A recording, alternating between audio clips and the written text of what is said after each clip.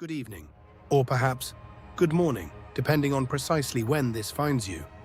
Allow me, if you will, to transport your discerning mind back to a rather vibrant, if occasionally garish decade, the 1980s, a time when primary colors reigned supreme and synthesizers hummed a hopeful, futuristic tune. But beneath the neon glow and the shoulder pads, a quiet revolution was unfolding in homes across the globe. We speak, of course, of the personal computer. Those beige, boxy behemoths, often sporting flickering green or amber screens, beckoned with the promise of productivity and, dare I say, play. For many, the first encounter with digital magic wasn't in a sterile corporate office, but in a bedroom, a den, or even a garage, where humble machines like the Commodore 64, the Apple II, or the IBM PC were awakening an entirely new form of human ingenuity and sharing. Ah, the satisfying click of a floppy disk drive, the whir of a 300 baud modem. A symphony of nascent digital possibility, wasn't it?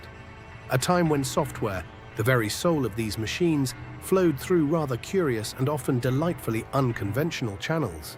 Delving deeper into this digital genesis, the distribution of software in the 80s was a fascinating, almost artisanal endeavor. There was, naturally, commercially packaged software, costing a princely sum, often encased in impressive cardboard boxes. But the true spirit of the era resided elsewhere, in the vibrant world of shareware, freeware, and public domain offerings. Imagine, if you will, a nascent digital underground. Software wasn't simply downloaded, it was often traded. Enthusiasts would gather at computer clubs, armed with stacks of 5.2, 5-inch floppy disks, eagerly swapping programs and games. Then came the bulletin board systems, or BBS's dial-up digital havens, where users connected their trusty modems, often at speeds that would make a modern snail blush, to download files. A typical download might last hours, its progress measured in single kilobytes per second. Trust was paramount. One relied on the SysOp, the system operator, to vet the files. Payment for shareware was often an honor system. If you found the software useful, you mailed a small check directly to the independent developer. It was a decentralized, community-driven ecosystem built on mutual trust and a shared passion for exploration. The technical limitations, far from being impediments, fostered a remarkable culture of ingenuity and collective knowledge sharing. Fast forward, if you please, to our current epoch. The desktop computer, while still a stalwart, has largely been eclipsed in daily interaction by the omnipresent smartphone, and with it, the landscape of software distribution has undergone a seismic shift. Gone are the floppy disks and the dial-up modems. In their place, we have the immaculate, curated digital storefronts, Apple's App Store, Google Play, and their contemporaries. With a mere tap of a finger, millions of applications are instantly accessible, ranging from productivity suites to ephemeral gaming distractions. The user experience is frictionless, seamless, and global. Updates are pushed automatically, security is handled by the platform gatekeepers, and payment is integrated into a centralized billing system.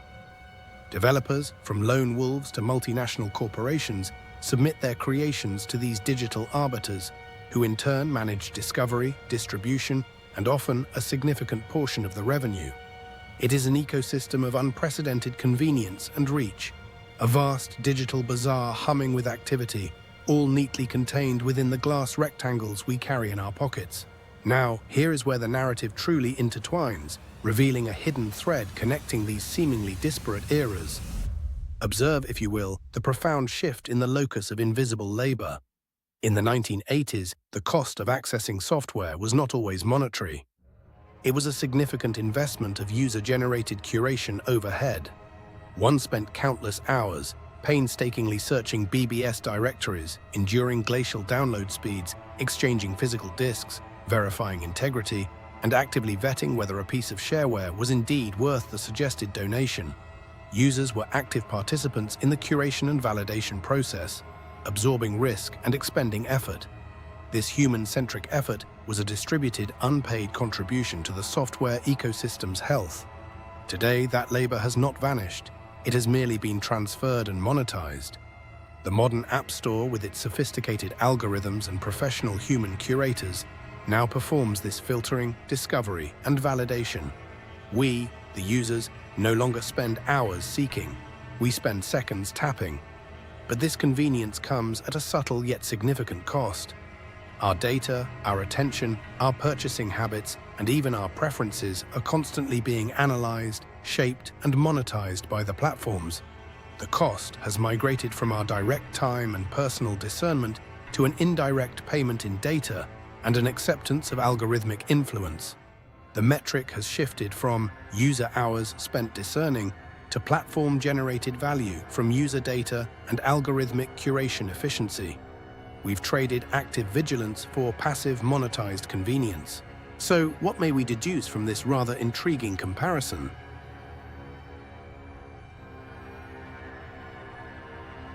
It becomes clear that the fundamental human desire for accessible tools and engaging experiences remains constant.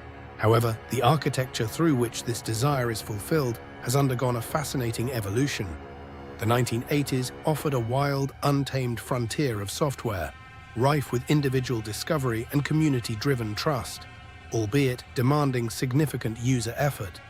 Today, we inhabit a meticulously manicured digital garden where efficiency and convenience are paramount, yet the invisible hand of algorithmic curation and centralized control subtly guides our choices and monetizes our every interaction. The educational takeaway, then, is this: free or convenient access to technology is seldom truly without cost. It is merely that the cost, and indeed the labor, changes form and shifts its recipient. Understanding this subtle reallocation of effort and value allows us to better appreciate both the pioneering spirit of the past and the complex, often opaque dynamics of our digital present. It reminds us that every technological leap, while solving old problems, inevitably introduces new paradigms of interaction, influence, and perhaps a quiet expectation of discernment from its users. Good day.